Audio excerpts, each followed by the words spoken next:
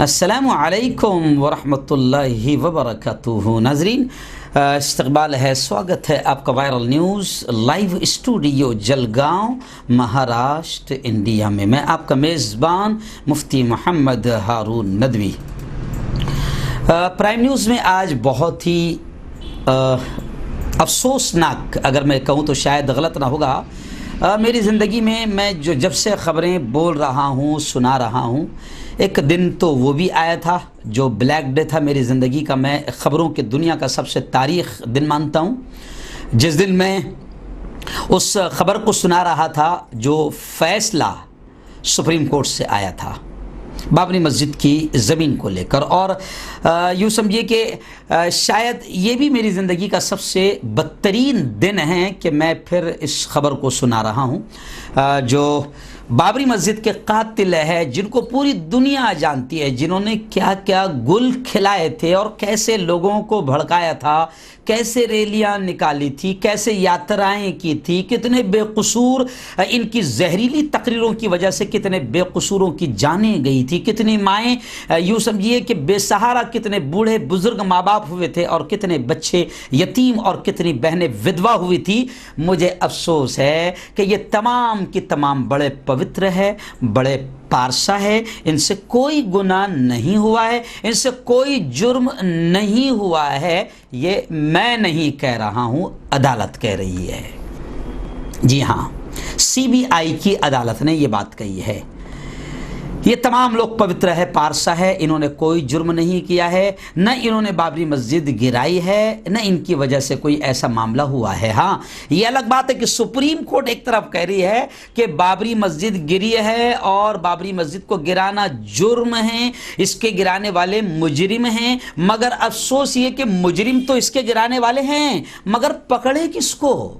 ایسا لگتا ہے کہ جیسے جادو کے ذریعے سے وہ مسجد گرائی گئی، بابری مسجد شہید کی گئی، کیونکہ اب سی بی آئی عدالت، پہلے 16-17 تو دنیا سے چلے گئے جو مسجد کے مجرم تھے، مسجد کے قاتل تھے، اب یہ جتنے 32 بچے تھے یہ بھی مرنے کے قریب تھے، تو کم از کم دنیا یہ دیکھنا چاہتی تھی کہ انصاف پر ہمیں یقین ہے، عدالتوں پر ہمارا بھروسہ ہے۔ دیکھو آج تک تو بھروسہ ہے اور ہم رکھتے بھی ہیں، مگر کیا کریں، عدالتوں سے ایسے فیصلے آ رہے کہ پاگل بھی بولنے پر مجبور ہو رہے ہیں، اور عدالتوں کا احترام خود عدالتوں کے جج ختم کر رہے ہیں۔ بلکہ یہ جو فیصلہ آیا ہے یہ تو سی بی آئی عدالت کا ہے، جس پر سی بی آئی کو بہت زیادہ اہمیت دی جاتی ہے ہمارے یہاں۔ ابھی دیکھیے آپ، سشانت سنگھ کی جانچ سی بی آئی سے کروائی جائے، مگر 28 سال کے بعد سی بی آئی جانچ کرنے کے بعد کہتی ہے کہ یہ جتنے بھی ہے یہ مجرم نہیں ہے، جبکہ مجرم عدالت کے باہر یہ چیخ کر کہتا ہے۔ اے بی پی نیوز کو میں نے دیکھا کہ مجرم عدالت کے باہر آنے کے بعد کہتا ہے